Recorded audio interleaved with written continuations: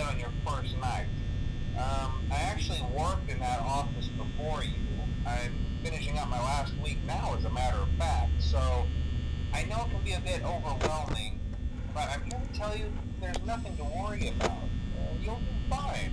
So let's just focus on getting you through your first week, okay? Let's see. First, there's an introductory greeting from the company that I'm supposed to read. It's kind of a legal thing, you know. Welcome to Freddy Fazbear's Pizza, a magical place for kids and grown-ups alike, where fantasy and fun come to life. Fazbear Entertainment is not responsible for damage to property or person. Upon discovering that damage or death has occurred, a missing person report will be filed within 90 days or as soon as property and premises have been thoroughly cleaned and bleached and the carpets have been replaced. Blah, blah, blah. Now, that might sound bad, I know, but there's really nothing to worry about. The animatronic characters here do get a bit quirky at night, but do I blame them? No. If I were forced to sing those same stupid songs for 20 years and I never got a bath, I'd probably be a bit irritable at night too. So remember, these characters hold a special place in the hearts of children and we need to show them a little respect, right? Okay. So just be aware, the characters do tend to wander a bit. They're left in some kind of free roaming mode at night. Something about their servos locking up if they get turned off for too long.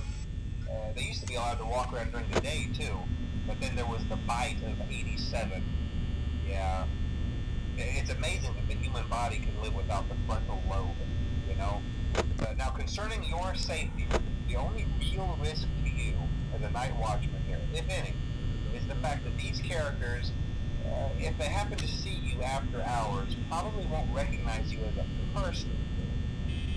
They'll most likely see you as a metal endoskeleton without its costume on.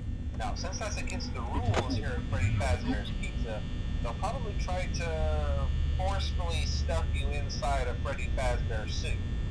Now, that wouldn't be so bad if the suits themselves weren't filled with cross beams, wires, and animatronic devices, especially around the facial area.